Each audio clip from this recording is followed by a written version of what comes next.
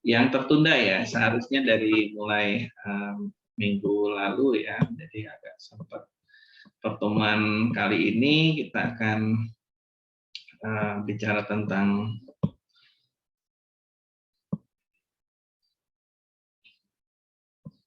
awal-awal ya, fisioterapi kardio respirasi itu akan fokus ke mana. Oke, berapa mahasiswa kelas ini?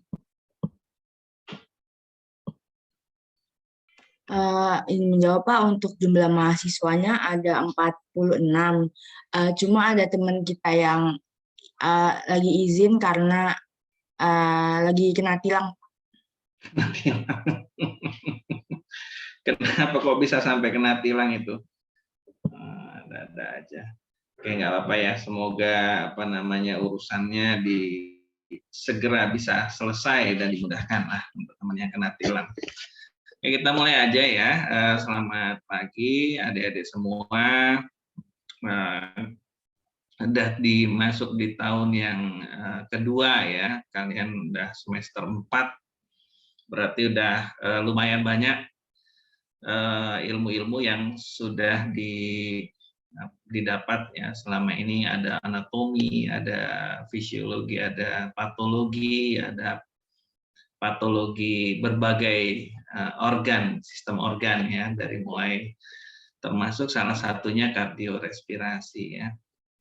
Nah, di sini kita akan masuk ke mata kuliah fisioterapi kardio respirasi ya, karena khususnya di Indonesia sebenarnya Bapak lebih senang kalau kita tatap muka langsung, nggak taunya tiba-tiba ada pengumuman katanya Omikron mengamuk dan sebagainya ya.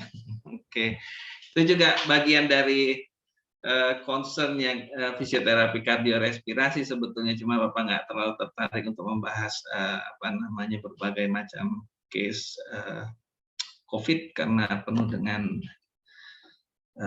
sesuatu yang rujukan yang kurang sempurna ya. Oke, sistem kardiorespirasi itu juga sistem yang vital ya. Memang posisinya di mana dua sistem ini bertugas memastikan tubuh kita itu berkecukupan energi ya, dan energi itu adalah ibarat makanan ya kalau buat kita ya. Jadi tidak bisa seseorang itu atau individu itu hidup tanpa energi.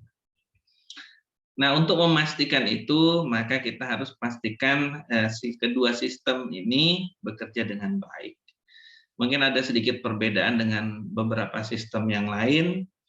Mungkin sistem yang lain itu bisa terjadi kerusakan tanpa mempengaruhi sistem yang lain secara bermakna. Misalnya kalau seandainya ada fraktur di jari kelingking kaki ya, misalnya gitu, kan masih tetap bisa melakukan yang lain. Tapi ketika sistem kardiorespirasi ini terganggu, maka pasokan suplai yang melibatkan darah sebagai pengantar ya, suplai macam-macam ya, bisa suplai itu berupa kebutuhan energi, hormon dan sebagainya itu yang dibawa darah ya, itu akan serentak terhenti ya, karena terhentinya ini tentu yang menjadi vitalnya itu bila terjadi henti aliran ke sistem saraf pusat, yang dimana kita tahu kalau seandainya otak kita ini kan harus selalu mendapati pasokan baik itu nutrisi maupun oksigen ya. Nah, bila terjadi kerusakan yang permanen ya sama aja kita meninggal ya, kalau kalau itu terjadi. Maka dari itu sistem kardiorespirasi ini adalah sistem yang memang termasuk yang sangat vital di tubuh kita. Karena itu fisioterapis yang berkecimpung di bidang kardiorespirasi juga mempunyai peran yang ini juga ya, yang tinggi dalam meningkatkan kualitas hidup individu ya. Baik, itu Bapak bisa share screen ya, langsung share screen aja ya kalau bisa ya. Jadi ini ada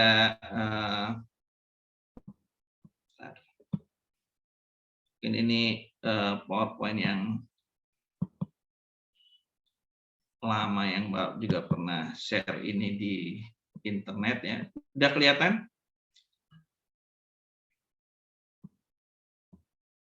Boleh interaksi ya, jangan apa namanya diam aja. Gimana, udah kelihatan? Masih loading, Pak. Masih loading, Pak. Belum, Pak.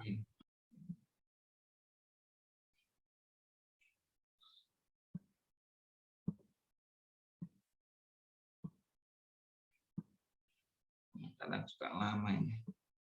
Gimana, udah kelihatan? Masih belum, Pak. Oh, udah, Pak. Belum juga. Udah, Pak. Udah, Pak. Udah, Pak. Oh, udah ya. Justru Bapak ya belum kelihatan nih. Oke. Kalian bisa lihat di situ apa namanya ada sekelompok orang ya yang dengan kaos sedang latihan, itu adalah pasien dengan dia terdiagnosa penyakit jantung ya. Apakah itu dia jantungnya katup, koroner, atau penyakit jantung yang lainnya ya, hipertensi, gagal jantung dan sebagainya. Nah, di sini posisi foto ini adalah di kardiak rehabilitasi ya, bagian kardiak rehabilitasi di Rumah Sakit Jantung Harapan Kita. Ini kenapa Bapak yang justru nggak kelihatan nih? Coba diulang lagi deh. Bentar.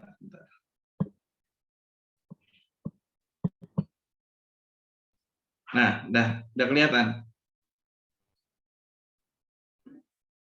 Sudah, Bapak. Nah, apa namanya? Di mana penanganan dari masing-masing pasien ini ada yang macam-macam. Ada yang dia post surgery ya, pasca operasi ya, tindakan bypass atau pemasangan stent atau PTCA ya, atau dia apa namanya atau hanya konvensional pengobatan aja ya, dengan diberikan obat-obatan ya. Jadi berbagai jenis penyakit jantung. Nah, untuk penanganan kasus penyakit jantung ya, untuk hal penanganan medis atau bedah itu akan dilakukan fokus pada perbaikan organ ya, artinya ketika ada penyumbatan di arteri koroner, dia akan perbaiki itu dengan memberikan bypass atau pasang PTCA dan sebagainya, ring atau dan sebagainya. Namun untuk masalah kemampuan dalam beraktivitas itu menjadi concern-nya di apa namanya fisioterapi ya. Jadi medis akan menangani kegawatannya ya, ketika dia misalnya serangan dan sebagainya, itu akan ditangani dan memperbaiki organnya ya apabila ada masalah ya, misalnya melakukan intervensi berupa revaskularisasi dengan upaya pembedahan atau obat-obatan dan sebagainya.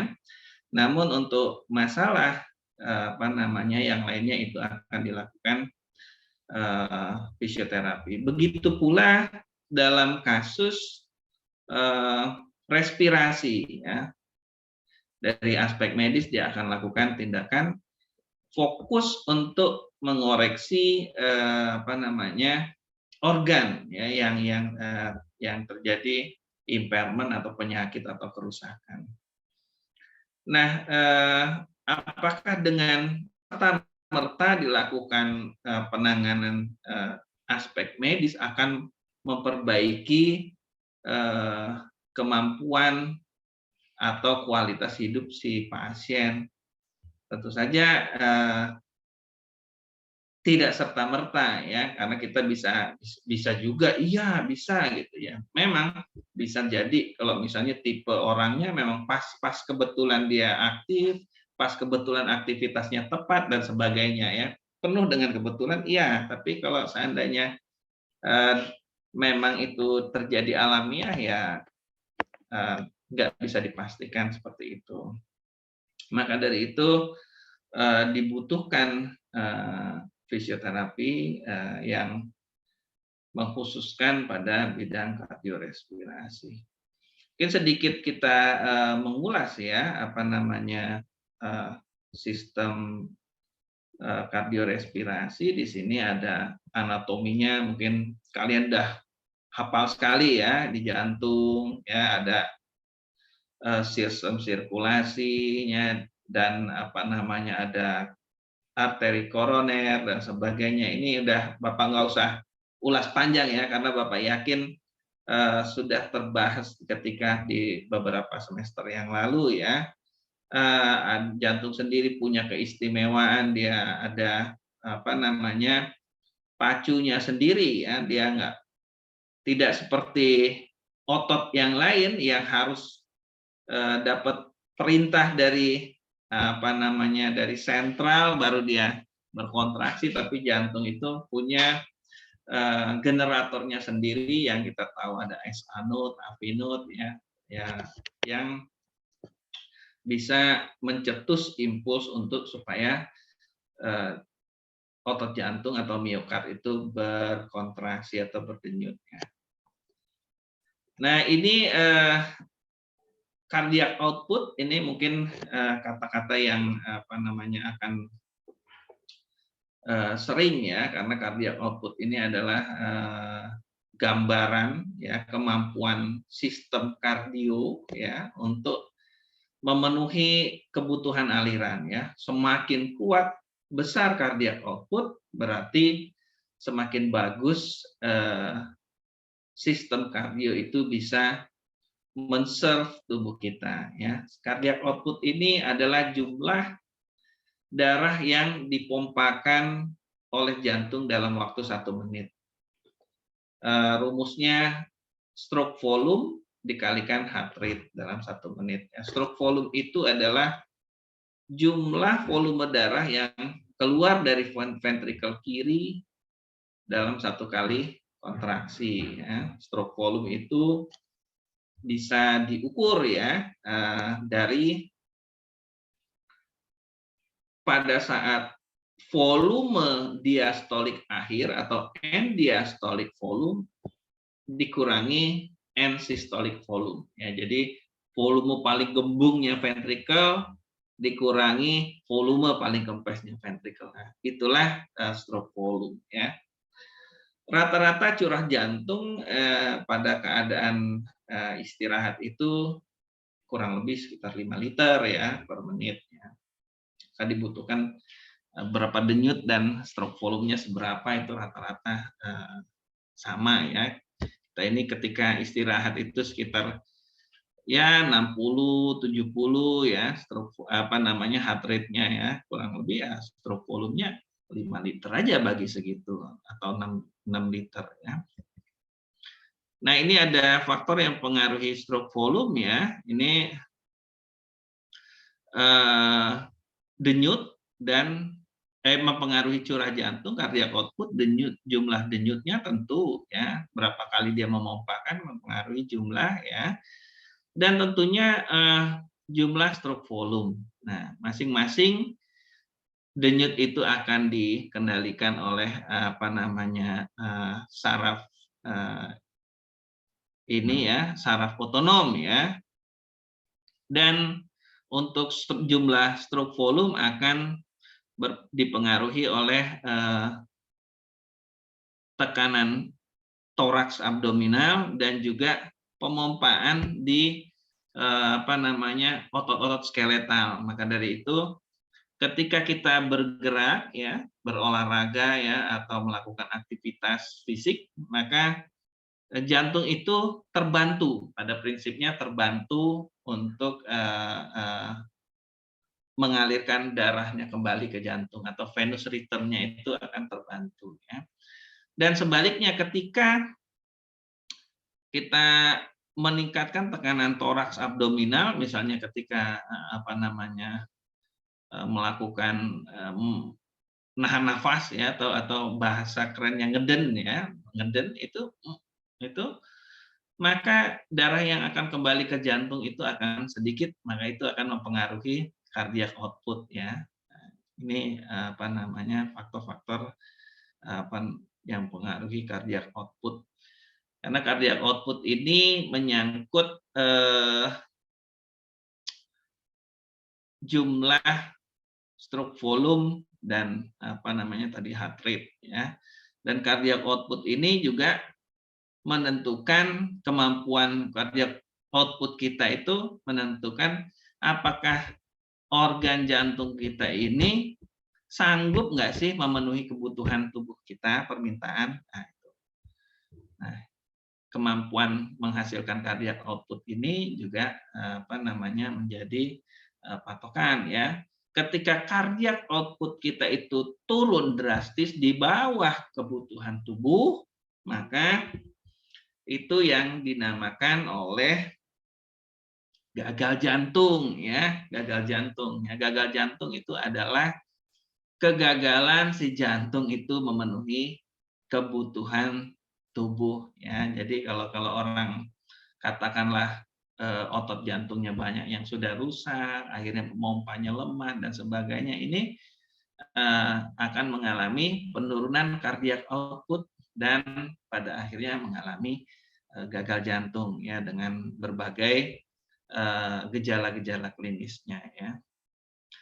Ini EKG ya, nanti mungkin sudah dipelajari ya EKG ya di pemeriksaan penunjang ya. Terus juga ada bunyi jantung ya, ada luk-duk ya, yang S1 S2 yang paling nyaring ya. Juga ada bunyi bising jantung ya. Terus di sini kita lihat ada sistem yang satu lagi, sistem respirasi ya, dari mulai hidung ya sampai dengan alveol ya. Nah, ini tentunya kalau tadi jantung itu memompakan darah ya, tentunya harus ada darahnya di sini ya. Darah itu sebagai fasilitator ya, dia yang ngangkut ya. Kalau jantung itu yang memompakan darahnya, darahnya yang mengangkut berbagai zat ya, termasuk oksigen. Dan sistem respirasi ini bertugas untuk memastikan oksigen itu bisa ditangkap oleh tubuh kita ya. Jadi dari mulai hidung sampai dengan alveol ya. Tentu untuk anatominya Bapak yakin kalian udah di luar kepala ya untuk masalah ini ya. Ada yang namanya bronkus sampai terminal bronchiolus ya. Ini yang paling ujung yang akhirnya kita bisa temukan seperti balon-balon ya, balon-balon yang tak kempes ya. Sekempes-kempesnya dia akan tertahan karena ada di paru-paru itu supaya alveol itu enggak pecah, kempes. Zat apa namanya? Zat surfaktan ya. Oke.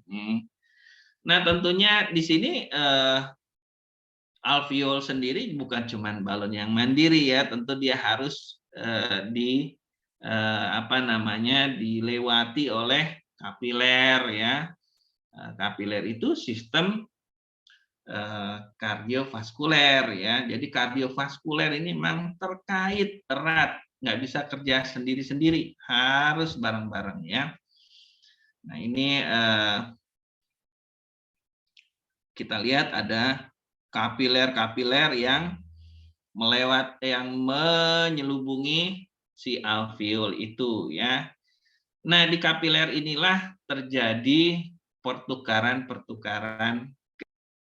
gas ya, baik itu dari kapiler ke alveol maupun dari alveol ke kapiler ya, macam-macam yang ditukar, oksigen misalnya, CO2 misalnya, mungkin ada waste product yang lain yang memang bisa juga dikeluarkan melalui sistem respirasi ya, mungkin H2O, uap air dan sebagainya ya. Ini apa namanya anatomi dari si sistem respirasi. Nah ini ini yang apa namanya contoh, dia akan berpindah-pindah ya dari alveol maupun ke kapiler. Tentunya ada persyaratan-persyaratan yang bisa dia berpindah ya, harus ada perbedaan konsentrasi dan sebagainya ya, tekanan gas parsial dan sebagainya ya. Kalau nggak ada apa namanya syarat-syarat nggak terpenuhi, dia nggak pindah. Maka dari itu manusia atau makhluk-makhluk yang hidupnya pakai paru-paru ya, itu akan melakukan kembang kempis rongga toraksnya supaya terjadi pertukaran gas ya dari alveol ke luar, ganti lagi ke alveol keluar. Kenapa sih mesti dia keluar masuk dari hidung, keluar lagi masuk keluar? Bisa nggak sih kalau misalnya nggak usah pakai keluar masuk melulu? Nah, bisa. Tapi ya, ketika nanti pada satu titik jenuh, maka tidak ada perpindahan gas. Nah, ini berarti kalau sampai tidak ada perpindahan gas, mungkin akan terjadi hiperkapni, terus juga akan terjadi hipoksi dan sebagainya. Ya, maka dari itu kita harus tetap kembang kempis mengeluarkan, memasukkan udara itu harus tetap terus-terusan terjadi ya, supaya jangan sampai terjadi kejenuhan di udara yang ada di paru-paru kita ya, sehingga zat-zat yang ada di melewati kapiler darah itu selalu terjadi pertukaran ya. Baik itu oksigen yang masuk, CO2 yang keluar, dan mungkin H2O dan sebagainya. Oke, ini rumusan yang gampang dan Bapak yakin pasti kalian paham ya, karena ada tekanan negatif rongga toraks akibat peningkatan volume akan masuk udara itu dan sebagainya. Yang bertanggung jawab tentu otot-otot pernapasan dengan apa namanya pusat kendalinya di apa namanya pons dan medula oblongata ya. Dan tentunya sistem kardiovaskuler dan sistem respirasi juga ada yang menentukan keberhasilan penyampaian oksigen dan nutrisi, dan mungkin bukan hanya mengirim, bukan hanya deliver, tapi mengeliminir waste product itu dibutuhkan juga darah ya, karena komposisi darah juga mempengaruhi apa namanya kedua sistem tadi dalam kemampuannya dalam mendeliver ya, terutama oksigen ya, mengirimkan oksigen, karena oksigen ini vital untuk terjadinya metabolisme energi secara aerobik ya, di mana kita Secara anaerobik bisa nggak? Bisa. Tapi ada dua kerugian secara anaerobik ya, yaitu yang pertama jumlah energi atau ATP yang dihasilkan sedikit. Yang kedua ada zat sisa atau waste product yang berupa asam laktat yang ini kalau dalam jumlah batas tertentu akan mengganggu homeostasis ya, dia akan menurunkan pH di lingkungan atau jaringan tersebut yang nanti pada akhirnya bisa merusak jaringan tersebut ya. Nah, maka dari itu darah ini, komposisi darah juga jadi penting karena oksigen yang masuk ke dalam tubuh kita itu akan diangkut oleh darah dan akan berikatan sebagian besar itu dalam bentuk HbO2. Jadi jumlah hemoglobin juga menentukan deliver ya, kemampuan sistem kardiorespirasi dalam mengirim atau mengantarkan oksigen ke seluruh jaringan, ke seluruh sel ya. Jadi bagi adik-adik yang punya Hb rendah juga kurang bagus juga ya. Tolong diperhatikan nutrisinya sehingga menjadi normal ya. Oke, sebagian besar itu kalau kita lihat di sini ya, yang berikatan dengan Hb itu hampir 100% ya, 98,5% itu tinggi sekali jumlah yang berikatan dengan Hb. Maka dari itu jumlah Hb akan sangat menentukan kemampuan sistem kardiovaskuler dan respirasi dalam mendeliver oksigen ke sel. Nah, ini CO2 juga ada sebagian yang terlarut ya di plasma, juga tadi juga oksigen juga ada yang terlarut sedikit ya tadi. Tapi yang CO2 ini tidak sebanyak O2 ya yang berikatan dengan hemoglobin ya. Yang paling banyak itu dikonvert menjadi ion bikarbonat ya, makanya ketika sistem respirasi kita bermasalah, maka terjadi pergeseran Hb ya, pH di darah, kok Hb sih. Jadi ketika terjadi hambatan pelepasan CO2 oleh sistem respirasi, maka akan terjadi penurunan pH darah ya, atau ada peningkatan dari asam karbonat ya. Oke, maka dari itu biasanya dengan mengeliminirnya dengan meningkatkan dan memperdalam frekuensi nafas ya. Ini kontrol pernafasan ya, nafas sendiri ada beda dengan denyut jantung ya. Kalau denyut jantung tidak ada yang volunter ya. Ada yang bisa ngatur denyut jantung?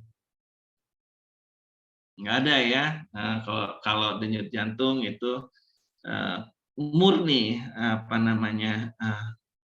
regulasi dari otonom ya. Ada juga dia akan bertingkat pengaturannya ketika kita cemas atau ada permintaan lebih dari berbagai organ dan sebagainya, itu akan mempengaruhi atau memberikan feedback pada bagian-bagian tertentu, misalnya vasodilatasi dan sebagainya. Kalau nafas, karena ada fungsi lain dari sistem respirasi ya, kita ketika bicara terus melakukan beberapa tugas seperti meniup dan sebagainya, kita harus mengatur ritme nafas kita. Maka dari itu ada nafas yang sifatnya volunter ya. Jadi bisa, makanya ada breathing exercise ya, bisa di manage ya, bisa dimanipulasi ya ritme nafasnya. Tapi kalau jantung Tapi kita nggak bisa modifikasi ya, tapi diminta demand-nya yang tinggi terhadap oksigen dan aliran, akhirnya meminta aliran darah lebih, maka dia jantungnya memompa lebih keras ya. Jadi memanipulasi latihannya melalui situ ya, nggak melalui secara volunter ya. Oke, ini apa namanya feedback untuk sistem respirasi ya, dia akan meningkatkan frekuensinya ketika apa namanya terlalu banyak CO2 yang menumpuk ya, dan akan menahan frekuensi nafasnya ketika justru CO2-nya yang kurang. Maaf ini lama ya datanya Riskesdasnya, tapi belum terlalu ada perubahan yang signifikan karena penyakit jantung ya.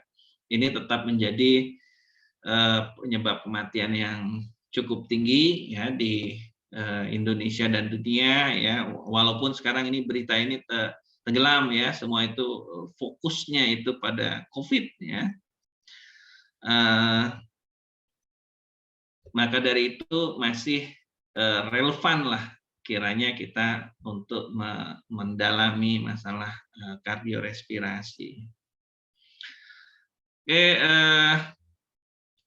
fisioterapi kardiovaskuler itu dan respirasi ya sebetulnya ada targetnya, karena kedua ini ya, kedua kasus bukan kan pada gangguan pada kedua sistem ini, katakanlah baik kardio maupun respirasi, mempunyai dampak yang sama ya.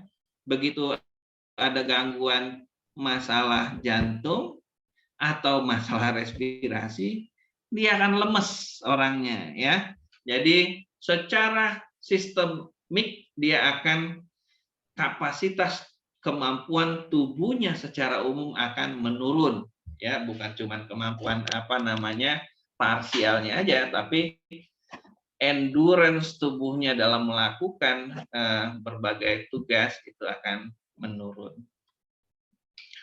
Baik itu kausanya dari kardiovaskuler maupun respirasi atau dua-duanya ya. Nah, peran fisioterapi sendiri ada ranah-ranahnya ya. Jadi ada ranah primer ya, intervensi pada state atau penanganan primer atau penanganan sekunder ya, artinya ini program sekundernya atau program yang tersier atau fase yang tersier ya. Program yang pertama ini sebetulnya targetnya sangat luas ya. Untuk fisioterapi kardiovaskuler ini targetnya sangat luas. Seluruh insan yang masih hidup ya, sebelum terdiagnosa penyakit kardiovaskuler dan respirasi itu kita bisa melakukan intervensi berupa memodifikasi, melakukan latihan dan sebagainya supaya terjadi peningkatan kemampuan tubuh. Atau ini merupakan program promotif ya, yang tadinya ngantuk kan jadi lebih kuat, lebih konsentrasi, lebih bisa melaksanakan tugas-tugasnya sehariannya dan sebagainya. Bisa meningkat prestasi dan lain sebagainya. Dan sekaligus mencegah terjadinya yang bersangkutan itu terdiagnosa penyakit baik itu kardiovaskuler maupun respirasi ya, jangan sampai PPOK atau terjadi penyakit jantung koroner dan sebagainya, maka dilakukan tindakan pencegahan primer ya. Karena penyakit kardiorespirasi ini penyakit kambuhan nih. Dan program yang kedua adalah program prevensi sekunder ya, secondary prevention. Artinya di sini pencegahan ini bukan pencegahan dari sakit ya, karena dia udah terdiagnosa, tapi jangan sampai apa sih istilahnya kumat itu?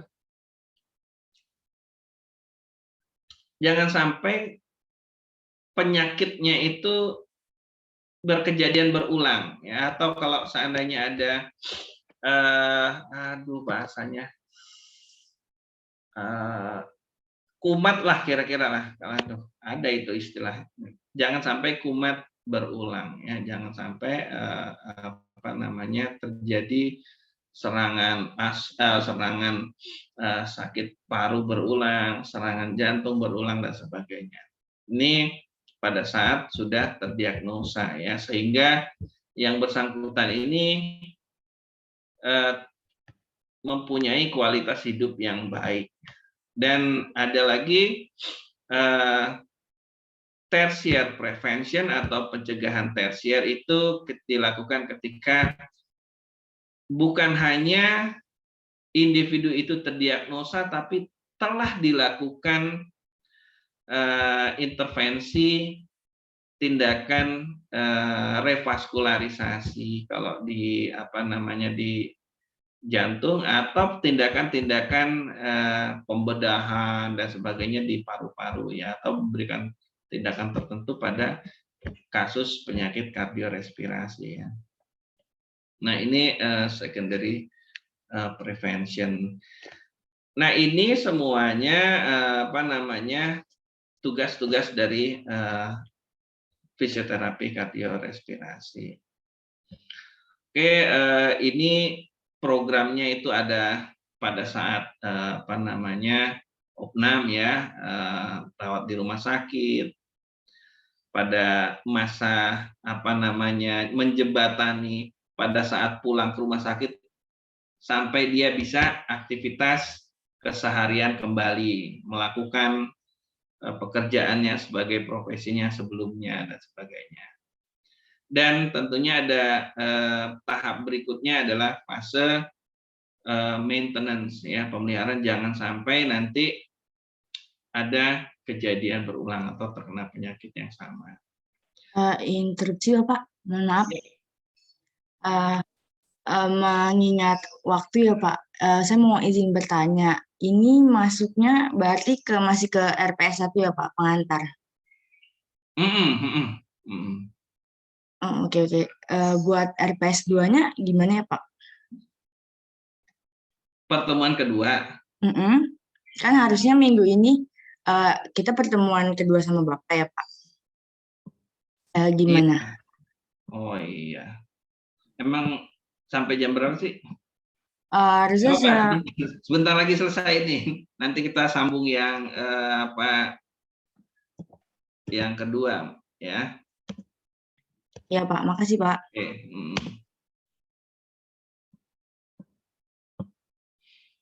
Oke. Bapak lanjutkan dulu ya. Oke, Vanessa ya. Oke, di sini ada pada penyakit jantung ya, nggak usah ulas ya, karena kalian udah dapat di patokardiovaskularis dan respirasi ya, tentunya udah tahu ya macam-macam penyakitnya. Terus juga ada intervensinya ya.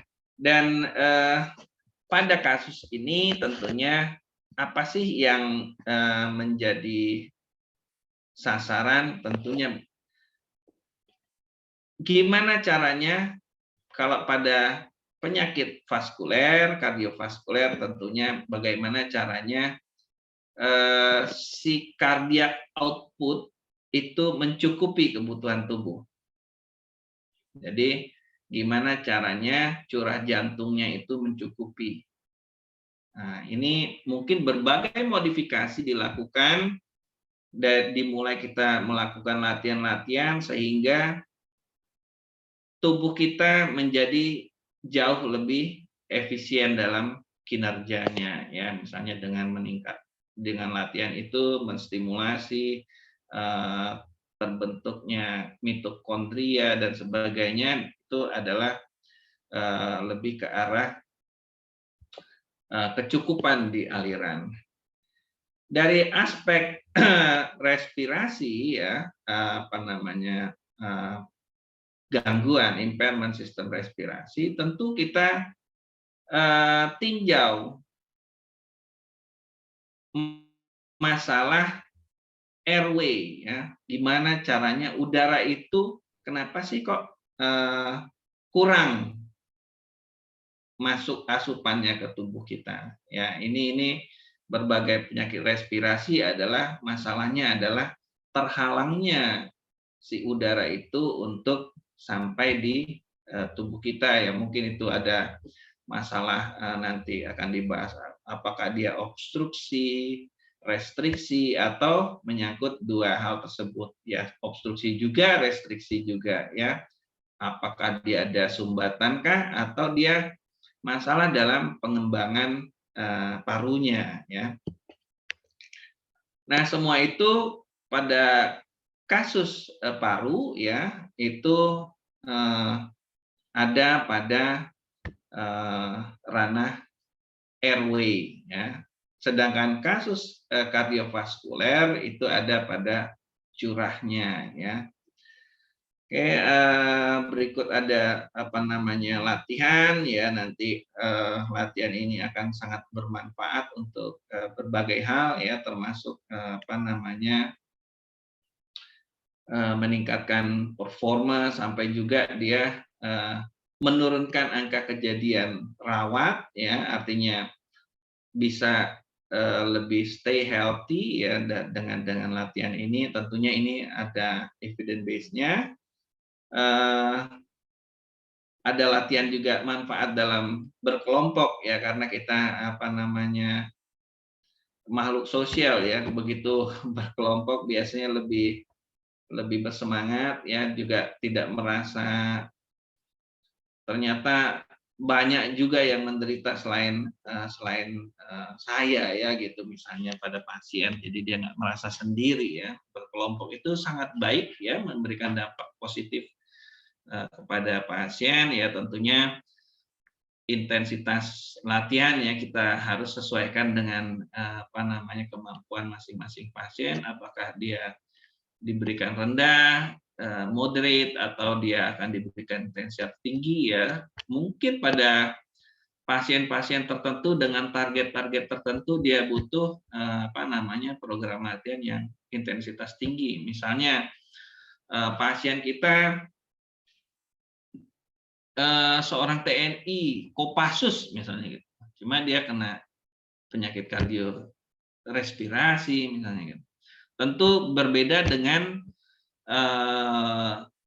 pegawai bank gitu misalnya ya, atau itu akan punya target latihan yang berbeda dan intensitas latihannya tentu yang berbeda.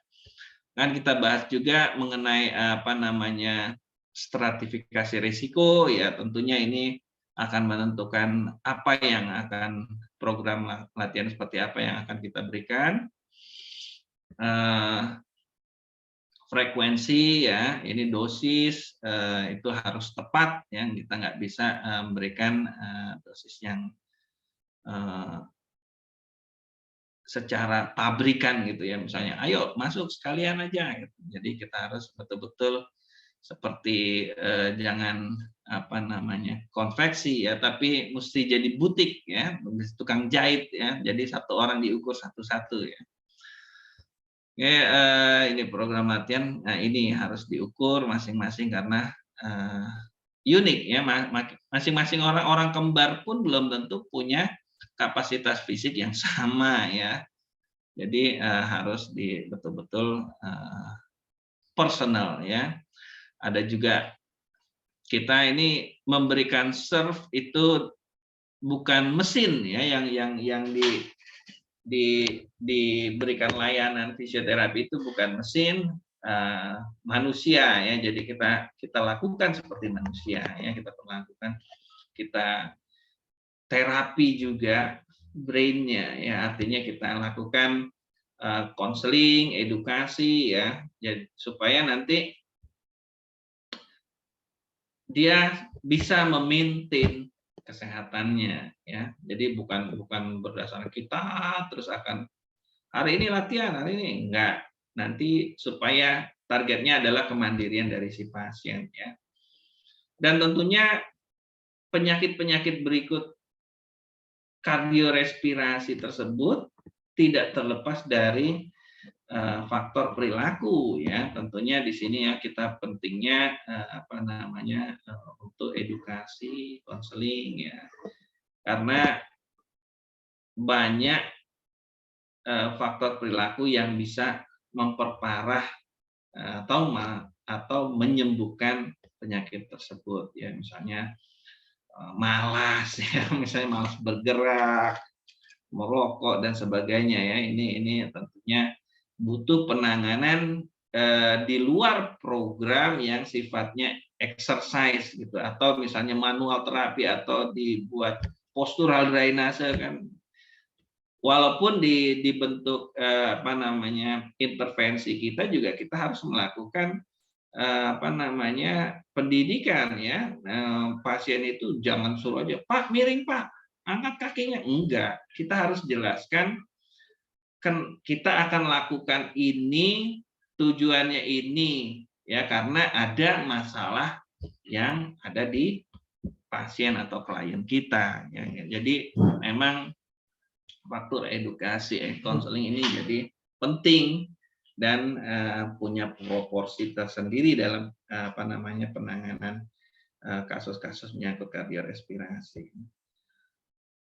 Nah, ini bisa dilakukan, ya, berkelompok atau mungkin, ya, ada bisa dilakukan secara individu. Kadang-kadang ada, kalau untuk kelompok positifnya menimbulkan rasa semangat, ya, pada pasien tersebut, ya. Tapi ada hal-hal yang mungkin dia ingin konsultasikan tapi malu didengar yang lain ini, atau tipe kepribadian dari si individu pasien yang berbeda-beda. Jadi ada bisa juga bentuk kelompok atau di individu, ya. Dan tentu program yang kita berikan itu harus dapat dievaluasi, ya. Jangan nanti dosisnya segala macam, tools-nya. Jadi kalau kita misalnya dikirim pasien, kita harus lakukan pengukuran, ya, sebelum, kemampuannya seperti apa, sesudah. Jangan nanti gimana pasiennya, gimana kondisi, oh Bapak lebih membaik, jauh lebih baik dari waktu pertama kali dikonsul. Apa ukurannya? Itu kan harus jelas, ya. Misalnya dengan treadmill test, tes jalan 6 menit, programnya seperti apa? Ada berdasarkan ukuran-ukuran yang hasil tes pertama, Bapak kemampuannya seperti ini, dengan risiko yang ini, dan sebagainya, maka diputuskan dengan dosis latihan yang seperti ini, bentuk latihan yang ini.